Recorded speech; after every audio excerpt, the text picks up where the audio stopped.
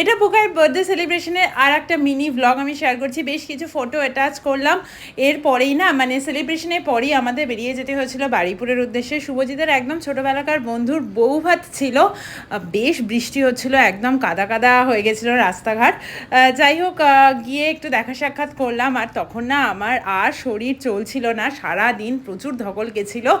গিয়ে একটু কথাবার্তা বলে টুকটাক একটু খাওয়া দাওয়া করেছিলাম, বিশেষ কিছু খাই দাইও নি। আর এই ছোট্ট মানুষটার সাথে দেখা হয়ে গেছিলো, ভীষণই কিউট ছিল।